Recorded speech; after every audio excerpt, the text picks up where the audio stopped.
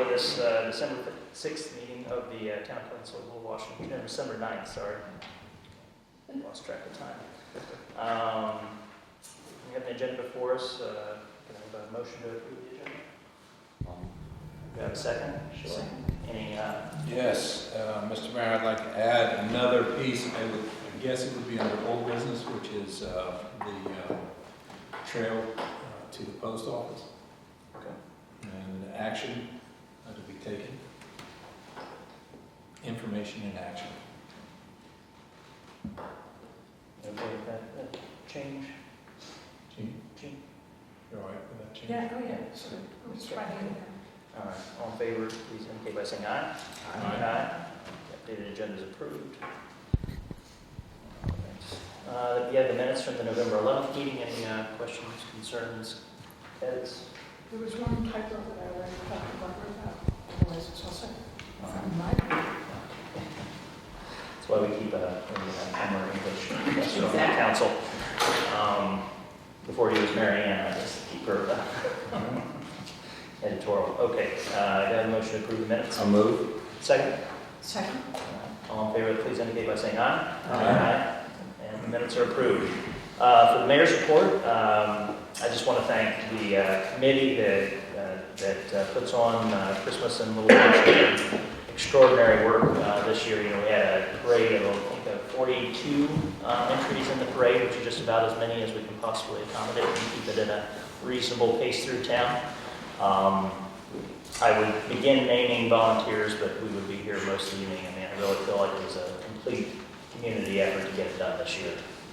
Folks from all around the county and certainly several residents of the town who turned out to make that success. Of course, once again, I have to thank Drew Mitchell for opening up Avon Hall. I think the Christmas market over there was really something everybody enjoyed, you know, things for their kids. When I was in the parade, the number of kids who had their faces painted was pretty extraordinary and very talented painting. And then, just from a community perspective, it was great to see so many folks who were having porch parties and so many residents out and about enjoying it. I mean, all along Main Street this year. Good to see that the Bruces were putting their new porch to good use. as well as Gary and Michael at the open corner of the lot down there. It was quite a bunch of us up on the bluff there overlooking Main Street. So again, thanks to the committee that puts that together for us every year. Speaking of the holidays, the town holiday party will be next Sunday evening, starting at 5 o'clock. All right. I think we've got 50 folks that have RSVP'd so far. There's also assignments for folks to bring things. The council will, as usual, provide ham and some shrimp and some other things for the main courses. My assistant elf here and I will be busy on Saturday setting things up. I want to, by happenstance, Brian Noyes ended up in the dessert section of the folks providing things. And is apparently going to, he sent me a note earlier today, he's going to be making Martha Washington's cake for us for that. So, which I think he recently did a thing in Mount Vernon where he made the same for us. It'll be a nice Washington connection for us for the holidays. And I think that's it from the mayor's report. Madam Treasurer. Yes, thank you. We are, seeing as how, I know you don't believe, just when we think we've finished the budget, we're getting ready to set another and it's discussed.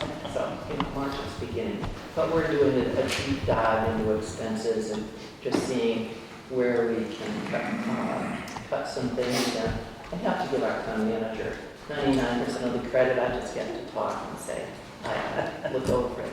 But seriously, Barbara has been working with Comcast for the last several months, really, and has gotten our annual bill down by almost $2,000.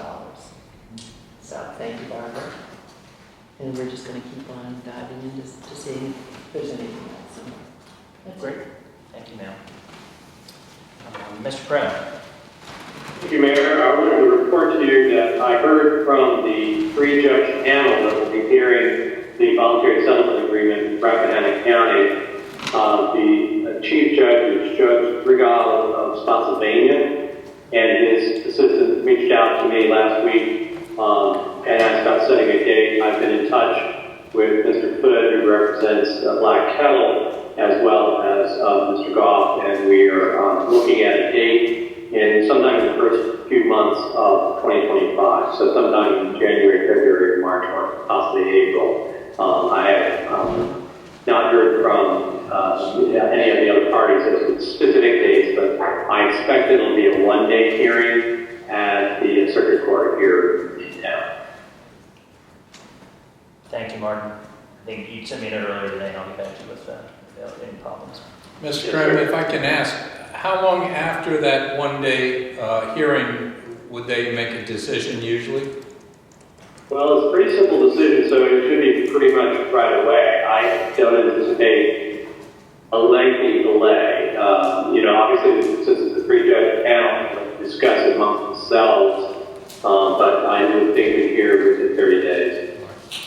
Thank you. Thank you, Mr. Crum. I think you've got the zoning administrator's report in your packet. And nothing. I talked to Steve earlier tonight. Wasn't anything in particular there tonight. Madam Chairwoman, anything from the Planning Commission? No, we haven't met since our report was met. Thank you. And I don't think we had anything from the ARB. All right. With that, I think we'll move on to old business, to the trailer. So I am pleased to say that I've had conversations with the last property owner over which the trail would be going, and he and I think, have nailed down exactly what's going to happen. So, and I have an updated proposal from Ironwood Outdoors, who are the people who've done the trail over at Sperryville.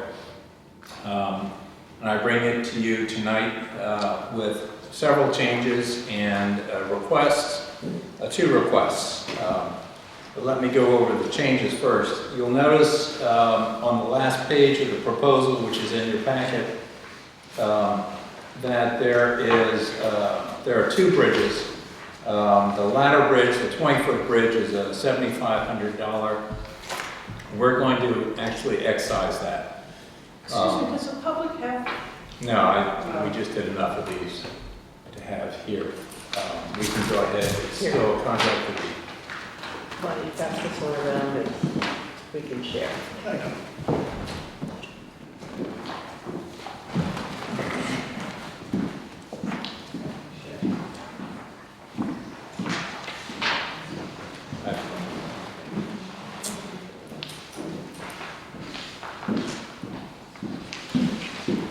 So if you exclude that, the cost of the project comes down to about $55,250.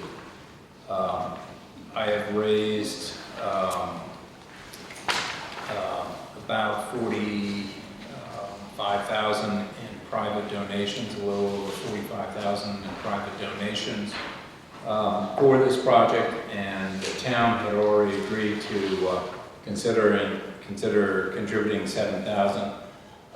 So I'd like to ask two things of the town council tonight. One, I'd like if they can see their way to making it $10,000 to go towards it. Be quiet, Madam Treasurer. And the second is to go ahead and authorize me to either sign or go ahead and have the mayor be able to be authorized to sign this agreement so that we can get going on this whole process. You don't actually have a map, did you say there was a map? There is not a map. Like you, well, I was. Sir, so the trail will start at the intersection of Jet Street and Gay, go down the hill, go straight down the hill until it reaches the edge of the county's meadow they have at the end of the parking lot, between the parking lot and the pond. It will then head due north along the edge of that meadow wood line until it gets near Warren Avenue. They will install a boardwalk in that area because it's a little swampy down there, and make the turn and then go parallel to Warren Avenue between the stone wall and the pond. It'll be a mulch, and it'll go down, it will cross Avon Hall Lane, and once it crosses Avon Hall Lane, there will be a bridge that will allow pedestrians to walk to the south side of the creek, and then extend go along a path along the south side of the creek, around the property, and that juts back, and then head down to Lake Lane. So you're not going to use the old bridge that came in near where the current post office is. That's the 20-foot bridge we're excluding from the plan because it's in bad shape, and also it ends up dropping off right next to the loading dock of the post office. So the owner and Mr. Lowry and I, the property owner and Mr. Lowry and I thought it was a good idea to just extend it along the creek all the way to Lake Lane.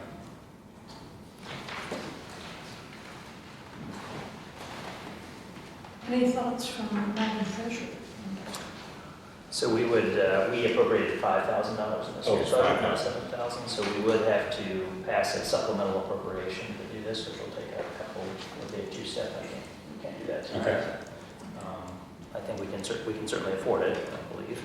I think we can And afford seems it, but it's appropriate, just, but we'll have to do we have to go through yeah, our legal, yes, steps to get there. yes, I apologize for It's okay. more the process.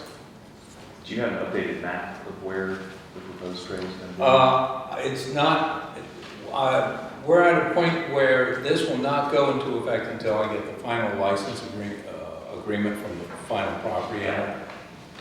So I have been, at this point, we've got it 99% done, and I just want to wait until we get that before we do the formal Yeah. map. Good. I'm sure people are eager to see that.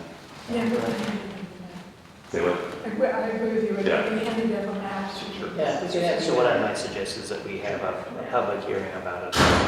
Well, we'll have to have a public hearing in January at that time, present a more Yeah. formal proposal, the breakdown. Well, we have to break down the price of the map, Right. et cetera, so Yeah. people walk through it, pun intended. Yeah. Commend you on raising 45. Yeah. Certainly. That's great. Any other discussion? All right, so we will table this, we will All right, set so- up the process for January to That's appropriate the additional But I'd funds. like to go ahead and make a motion to authorize either you as mayor, me as vice mayor, to go ahead and sign the contract so we can start the process. And if the town ends up not doing the other 5,000, I will raise that money. I guarantee that I will raise that money privately, if out of my own pocket. Have a motion, have a second? Is that okay? As, I mean, is that kind It's- of legal? I don't know if it's legal. If Fred is willing to guarantee the other 5,000, whether we, from the town or personally, if it's, I would think if he's guaranteeing the other 5,000, no matter which way we go. But I'm signing on behalf of the town, I know, Martin. Yeah. We're committing the town to spend the money, Yeah. not you as an individual. Yeah. We have a So little- that's Martin's input. Yeah. Sorry. Mr. Mayor, you could make the contract contingent on raising that last $5,000. Okay. Okay. Okay. All right, so if we can, we'll work with the contractor, if they insert that provision, Okay. then it would authorize me to sign it if that's done. Does that seem reasonable? Martin sent me the Well, test. Martin said it's fine. Okay. All right, I have a motion, do I have a second? Second. All right, all in favor, please indicate by saying aye. Aye. Aye. All right, motion's carried, thank you. Thank Fred. you. We'll take it back up in January, but hopefully with a, And hopefully we will, the builder would like to start this winter.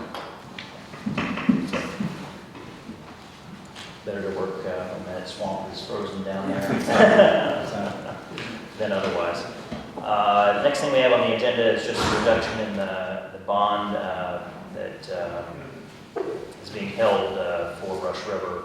Steve, do you want to speak to this at all? Or? Sure. So as part of the approval process, we had to post a bond for our public improvements when we started construction to make sure we finished. And happy to say we finished most of them. Water sewer system is pretty much in. The remaining items on the bond estimate are primarily just the paving, the final topping of the parking lots, the final topping of Leggett Lane, putting the shoulders in along Leggett, and then no parking signs. That's pretty much all that's left to do. So we'd like to reduce the bond because we pay our survey to do that, to keep it posted. Remind me what the total reduction is. The current bond is 369 and change, and we'd like to go down to about 53. And our engineers who reviewed, engineers did a revision to what's left. They went out and looked at it. And then we had our third-party inspector this morning finish reviewing that, and I sent a letter off from them to Steve Guyerson, just to It's back in your that up. packet. Yeah. Thank you. And I spoke to Steve on this evening before the meeting, and he concurred with the reduction. Any questions or concerns from the council? All right. Well, then I think we'll just need a motion to approve the reduction in the bond. I move. A motion. Sorry. So I move to reduce the bond to $52,993.73. Have a second? Second. All in favor, please indicate by saying aye. Aye. Thank you. And then we'll move, speaking of brush road, and presentation tonight, to talk about potential options for phase 2, since we're closing in on including our boundary line adjustment. Tonight, thank you, Mr. Mayor, and Council. Tonight's purpose was to talk about the stream I'm court. sorry, I think Stream I court. think I'm Monday, I apologize.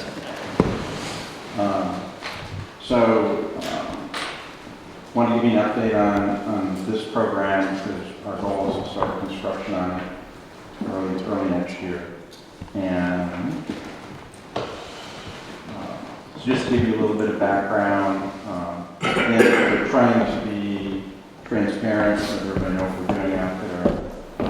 So this is our overall project site. Everybody kind of knows we've got a stream that runs down the middle of the site. And then this is a little leg that goes over to Drew's Pond, Avon Hall, and drains that. And then there's a little bit of a stream here that picks up the wastewater treatment plant, so it's higher ground. And the stream drains from north to south. It goes here under a big culvert, and then goes off the property, and there's a pond here. This is on this side, this is the watershed that's going through our site. So this is our site, and the watershed reaches way back up here, drains, a big chunk of town comes through us. There's a culvert under Warren Avenue, and then again, the big culvert that goes underneath the highway. The watershed's just a little under 200 acres, it's 192 acres. We're not a FEMA floodplain, but we're close. So at the outset of the project, even when we were designing phase 1, we ran our own hydrology analysis. We used the same models, mathematical models that FEMA uses, so you get the same data. And that was important because we wanted to make sure that the finished floors of our buildings are above 100-year floodplain elevation. That's kind of engineering 101. You want to have your buildings up above the flood elevation. So why stream restoration program? This a little bit there. Tell me if that's okay. Streams, like other natural systems, go through a life cycle. Over time, streams tend to wear down and go deeper. Technical terms, they get incised. And when they get deeply incised, depending on the size of the watershed, the side slopes of your stream bank tend to fold in and collapse. And then trees that are on the side, you've probably seen it. I saw it a lot when I was working up in Northern Virginia, where there was streams in older residential neighborhoods where the drainage increased over time and they were getting a lot more flow. And those things were collapsing, the trees were falling in, the side slopes go in. And over time, it just pushes everything downstream, which is not good for the environment, it's not good for the critters in the system. And then longer term, it pushes that out, broadens out, and sizes again, and, rinse, repeat, goes through the cycle. So technically for us, we're in what we call stage 2, where the stream system is starting to incise. And this is kind of a picture of it over here, what's going on today. Parts of the stream have dropped down, and one of the results of that is that the wetlands that are adjacent, that are nurtured from the groundwater, but also from the lower frequency storms, the 1 and 2 year storms, they get their water supply and get recharged in that way. So if they don't get enough water, they're susceptible to failure, and then that's when your invasive species come in who don't need as much water, and they can come in and take over your wetland area. So this is our condition that we have now. And before we even started the program, we hired a company out of Charlottesville called Ecosystems, and they're experts in wetlands, stormwater management, stream restoration, and this is something they do all the time. And so back in 21, in the summer of 21, we started with them, and we analyzed the stream. We looked at the hydrology. They did what they call a benthic study, where they went out and looked at all the critters in the system. They looked at the plants. We have surveyed every riparian tree. We've surveyed, located it, what species, what size it is. So before we even started any concepts for design, we did all our baseline studies. And then they did their assessment on the quality of the system, and they said, yes, you're in stage 2, your benthic is starting to go down, but with remediation, we can bring that back up. And that was part of the recommendations and kind of formed kind of our basis for design of what we want to do next. These are some of the existing conditions. The bottom right there, that's the big culvert going on the highway, 77 inches. This culvert is the one coming underneath Warren Avenue. Some debris, and then this is, apologize, new technology here, so I'm still working this out. But this is a section, there's a section of the stream that's becoming incised. And when we were looking at our wetlands mappings and the extent of the natural wetlands, you can see that they've receded over time. And they should be up and next to the stream banks, and they're not pulling away. We categorized, inventoried all invasive species. There's 6 or 8 species out there. The worst one is this Japanese stilt grass. Oh, don't even start on that. Don't even mention that in front of me. I'm not- I'm in my side yard, if you want to know what that is. Oh. My other favorite, multiflora rose. Mm-hmm. We can talk about that I next. got knotweed now. Huh? Knotweed. Let's see. I think we have No, you some. don't want to. We got a bunch. So, we cataloged where those areas are, and we actually did some pre-treatment this fall on them, try and knock them back a little bit. Great. And then we'll hit them again after the first year, and then we will do our best to beat them out as best we can. So what I wanted to do is share some kind of representative pictures of the process. So once we get in there, you can go by, what are they doing? Why is their equipment going into the stream? What's the operation? Step 1, after we put in some of our erosion controls, we pull out the invasives because they're in the way. They're difficult to get out. It takes a lot of work. And then we'll do some limited clearing. We have to remove a few trees where the bridges are going to go across, and then I'll show you on one of the plans. Part of the stream where it's deeply incised, it's kind of on a straight run. So we're going to relocate part of the stream and add some sinuosity to it to do a couple things. One, we think it's easier for us to regrade it and get it to the right elevation, but it also will help us with the energy, which also tends to push the stream down. If you got a straight shot and keeps digging it out, if we can add some sinuosity and some other features in the stream, it will help slow things down. We'll remove debris, we'll remove some of the downed trees that we don't want to save. A lot of the work is done by hand to limit the disturbance. We want to minimize the disturbance. All the existing wetlands will be flagged, and we'll have erosion control perimeters on that so we don't get into those areas because we want to save them. Some machine work, but not too much. A lot of it, again, is by hand. There's some materials that we'll place that we need to bring in, bobcats and stuff to bring things in. And then we're trying to minimize disturbance in the system. This is a picture of kind of what we call the in-stream features, things that we put into the stream. So on this side, this is what we call riffle pool. So it's kind of a flat section of the stream. It's literally a field of boulders. There's a certain mix to the size of the stones that goes in there. And it helps break up energy of the water going down the stream, add some aeration. This is another one where there's a riffle pool here, but then there's some bank armoring because we've got a curve. There's a curve in the stream here. So you armor where you're going to get erosion. These are kind of our representative, what we call our in-stream devices. So this is the riffle pool. And these are finished views of the installations after they've grown in. But the riffle pool with the rocks, this is what we call a J-hook. So the stream is coming down and we'll have a stone or a log here and then another log here, and it's kind of in the shape of a J.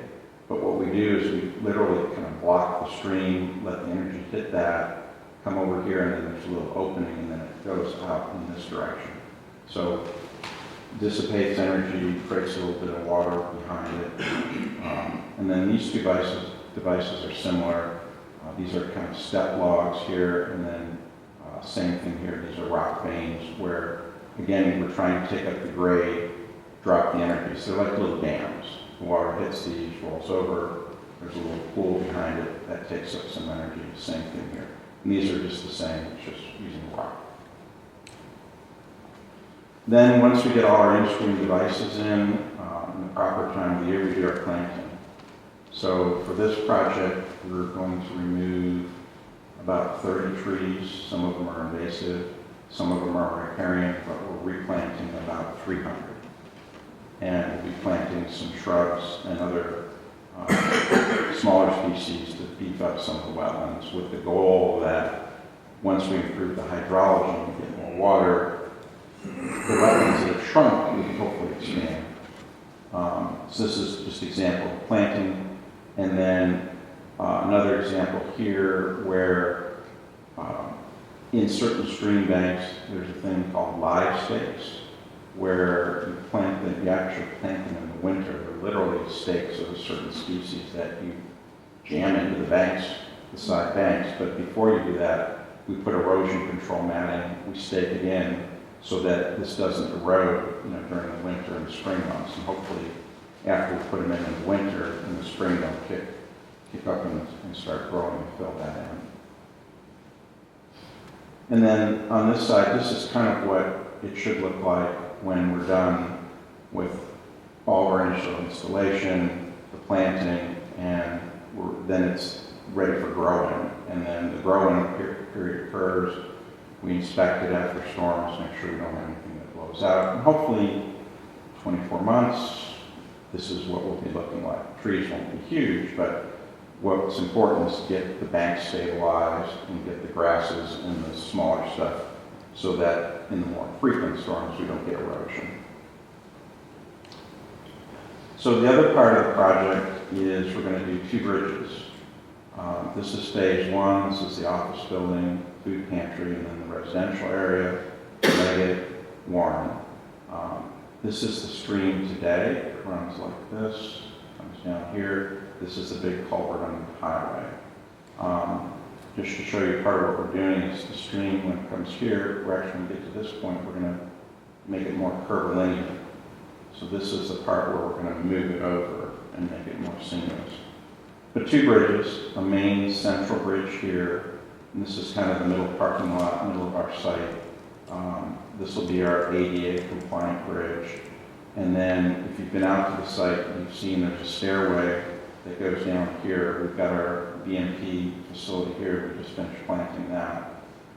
This goes down to a little landing, and we're going to have a low bridge that goes across here.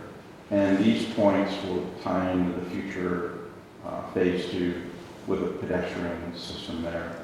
And the goal from the outset has always been to plan North River Commons as campus. And Chuck's vision has always been that the stream corridor was kind of the green heart of the campus, but we want to link the two parts of the campus. No road crossings, no vehicular crossings, but pedestrian only coming across this way. These are elevations of the bridges. This is the ADA bridge, so it's very flat and it's at a consistent grade. At the highest point, it's about 9 feet above the ground. On average, 4 or 5 feet above the ground, and it ties into the parking lot here in phase 1. This is the other bridge. This is the stair coming down by the office building. And this one will be pretty low. It should be less than 18 inches above the ground. And because of that, we don't have to have a handrail system. The other bridge, because it's more than 30 inches, we have to have a handrail and fencing system, which is what we're going to take to the ARB. And these drawings are actually from the ARB submittal. So those folks will be seeing this package. This is a cross-section of the bridge. The main bridge, the pedestrian bridge, the ADA compliant one is 8 feet wide. The other one is 6 feet wide. We're using wooden piles for the foundation, and then there's a structural system for the deck, and then these are the bridges, the rails, I should say. The wood pile system was very important to us because the technique for doing that is minimally invasive or impactful to the wetlands. Instead of digging foundation or putting in something more structural. The contractor we've selected for bridge work, it's kind of their specialty, and they call it top-down construction, where they can start at one end and they have equipment to drive the piles without being in the wetlands. Then they build the deck out and they advance and they keep going, so they don't have to run equipment down through the wetland. They just literally build the bridges from the top down. This is just an elevation of the section that has handrail. All the materials are southern yellow pine. They have a minimal amount of treatment, but they're not stained or painted. They're just going to weather naturally. So all southern pine systems. And then for the fence area, there's a product that KBS, who's a bridge contractor, likes. It's a vinyl coated welded wire fabric, and it has holes that are small enough to let the water pass through in big storms, but small that kids and stuff can't climb over it easily, and it gives us the fall protection that we want. And then these are just a couple examples of some projects that KBS has done in the past that they submitted to us when we're bidding the project. They're out of Florida, but they've been in business for almost 30 years, woman-owned firm. They've got a very good resume and have very good references. And then, sorry, this is a little hard to read, but this is also, we're going to do some additional walking trails that are through the areas, generally out of the wetlands. There's a couple spots where we'll cross the wetland. But these are smaller mulch trails or like log trails, where we'll put some logs down and put some planks on it. Again, so people can get into the wetland system and see what we're doing. Excuse me. More of a look but don't touch kind of program. We don't want people in there frolicking in the stream, but we want people to be able to get close enough to see what we're doing and see the improvements we've made. So, again, apologizing for technology. We're probably in the 1950s. We'll get there next time. And then this is our planting plan. So this will be some of the 300 or so trees that we're putting into the system to beef it up and hopefully expand the program. And then last, our permitting process, just so everyone knows that we've secured our permit from the Corps of Engineers. It's called Nation Act 27. It's designed for aquatic habitat restoration projects. We've been working with the Corps for about over a year, probably 18 months. Before we even started our design, we reached out to our district reviewer. She's based in Williamsburg, and worked with her on what suggestions she had for permitting, for things to do and not to do. So we've gotten that. We've gotten our DEQ permit, water protection permit. We've submitted to the county for our land disturbance permit. We have that.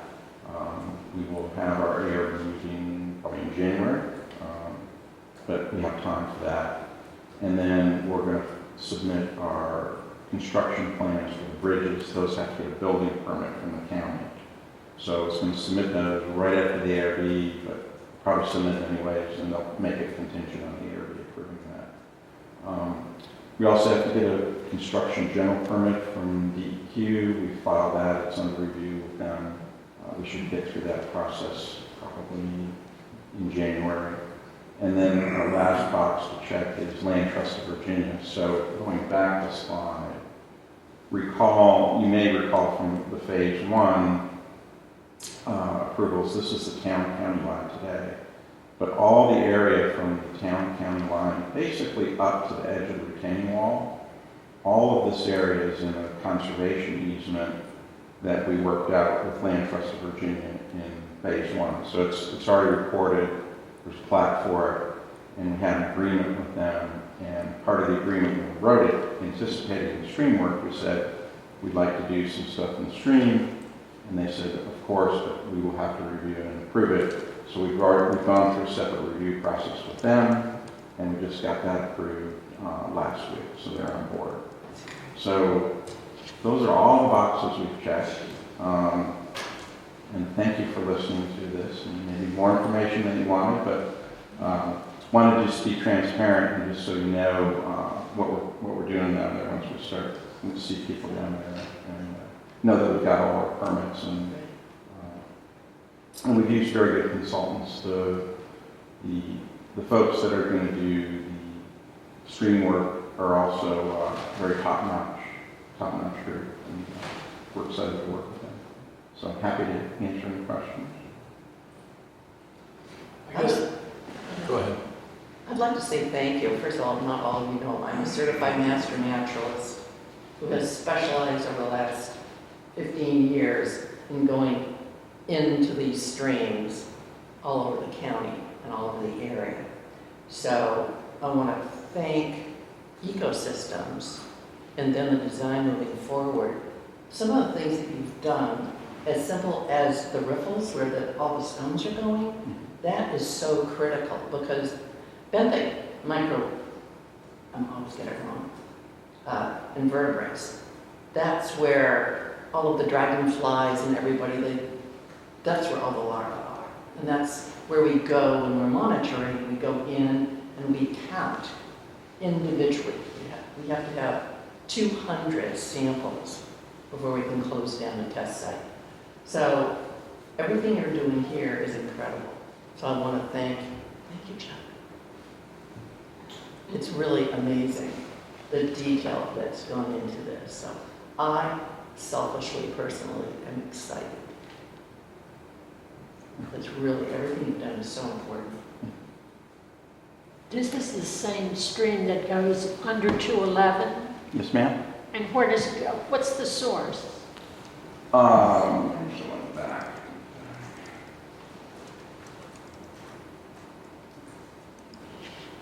So this is the watershed.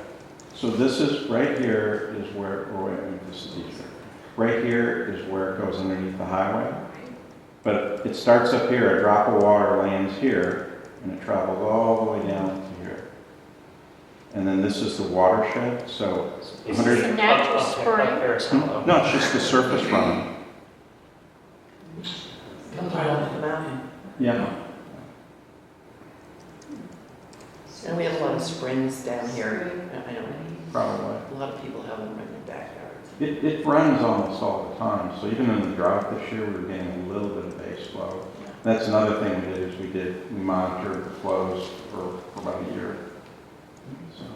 The meadows, well as the pond and Mount Prospect are the recipients of that well, 200 acres. And so right behind your house, the pond right behind your house is a beneficiary of that drainage area. It's coming through that pond, to our pond, so. Yes, ma'am. Thank you. Thanks, it was a great presentation. Just remind me, what's the width of the bridge, the sort of one in the middle? I'm just trying to get 8 a feet. sense. 8 feet. No, not the width, the length. Oh, the length, I want to say it's 250. So that's basically the width of the whole wetlands. Oh, yeah, it's Yeah, I'm going just all trying the to way get across. a sense of the Yeah. size. Exactly. Okay. Yeah, it's going to span all the way across. And you may recall that at the beginning of the project, we had the community input. We had somebody who specifically wanted it to be ADA compliant. Yeah. And so that process there, that one piece there is ADA compliant. You Yeah. can take a wheelchair, one part of the project. Yeah. And it has a sort of, what's it, rail. And rails and fence on both sides. And then I'm glad you're doing the walking trail sort of through the wetlands. Mm-hmm. How are you going to discourage people from walking in other parts of the wetlands that you don't really want them to walk I don't know yet. Yeah. Don't know yet. Poor man wasn't staying in clean shoes on. Can't put up signs. Signs are not encouraged. in? Okay. Like sand dunes, you need to, Maybe need to community have built signs it. discouraging. May end up Where do you imagine access off those main walkways to the? So for this one, there's going to be a little trail that goes here that loops around. And then we've got in the residential, this is the little park that we have now. Oh, nice, okay. And there's stairs that go down, so we'll have a landing here and then probably something that goes across. And that'll probably be like, skipping stones when we go across. And loop through here. But we've cataloged all the trees. It's fun. I mean, this tree is amazing. This is a big, huge silver maple that's probably 60 inches. Wow. And it's neat. It's kind of thin in here. There's not a lot of understory in here, so it should be fun. A fun thing for people to experience. And it's open to the public. It's not. We're not going to charge anybody. No? Steve, I know at one of the previous meetings, Ms. Proper, who lives on the other side of 211 downstream, was concerned about silt. I know that you guys are being very conscientious. Can you speak a little bit about what you're doing for silt control and things like that? There's a whole erosion control plan that goes with this, and it's built in segments. So, there's times when, like up here, when we're relocating the stream, we'll literally bypass the stream, to work. If we're working in the stream bed, you bypass it. You literally temporary pipe it around. So we try and keep the water as clean as we can, where you're not running clean water through something that you just built. That's the challenge. Steve, Yes, sir. just an idle curiosity. Yeah.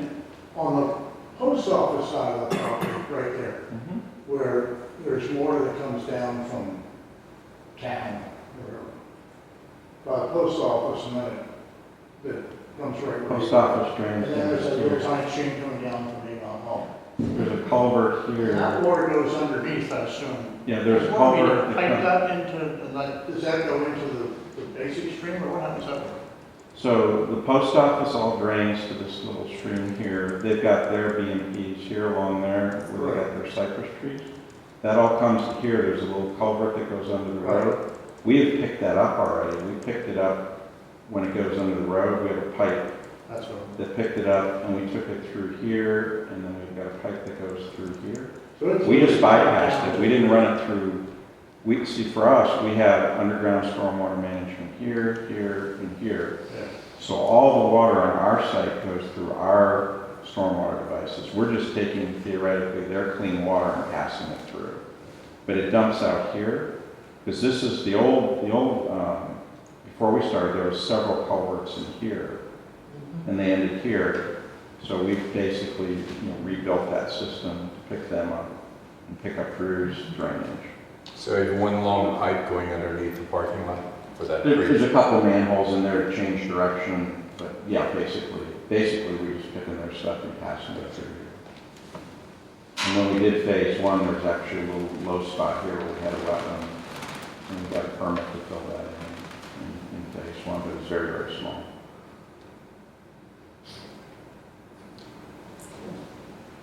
Cool. Well, if you, when they are digging over there in the stream area, if they dig up any artifacts, see if they'll bring the local people who have large collections of arrowheads and pottery and the like, got it from the pond area Oh, really? around the Lake Okay. Motel. That everybody talks about that having been a campground or pass through Okay. in all likelihood, but maybe nobody has dug on the other side. Well, as part of the I doubt it, but As part of the Corps of Engineer package, they submitted it to 5 tribes, I believe, something of that nature. Ultimately came back and said they had no interest in the area. Is that right, Steve? Yeah, that's correct. Yeah, the permit gets circulated to Fish and Wildlife, DEQ, and the tribes, the Indian tribes in the area. So during that, like Chuck's saying, during the process, if they have a big concern, they can raise it. they had no interest. Yeah. But just for local Pottery in interest. that, pottery shards and things where the pond was. We'd be happy to collect that if we find any. I think if we were digging deeper, it might be more of a concern, but typically, the archaeological work I've done in the past, where you find stuff isn't so much close to the stream, but, a few hundred feet away from the stream where they would have camps or cooking areas or things, because they're smart too, they didn't want to be where they're going to get flooded. So you don't typically find there's a lot of stuff, my experience, right next to the stream. I did a big project in Williamsburg many years ago, and we were at the confluence of the James River and another tributary, and we had all kinds of archaeology because it was, if you think about it, it was a perfect spot for an Indian village, which is what we found, because it was right at the confluence of a major stream in the James River, and it was a beautiful spot. And we found an Indian village and a burial area and a bunch of other stuff. But all this stuff was, 300 or 400 feet away from the water, kind of on a little bit of a higher ground. So. I don't bring it up as a concern, as something, but just, if you find something interesting, say it. Don't tell us again.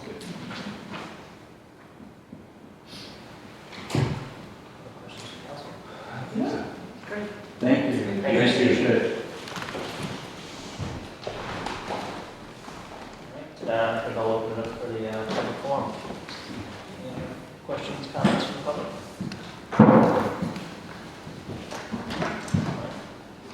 Then I will close the public forum and entertain a motion to adjourn. I so moved. Have a second? Second. Thanks. Sorry, I'm seconding myself. All in favor,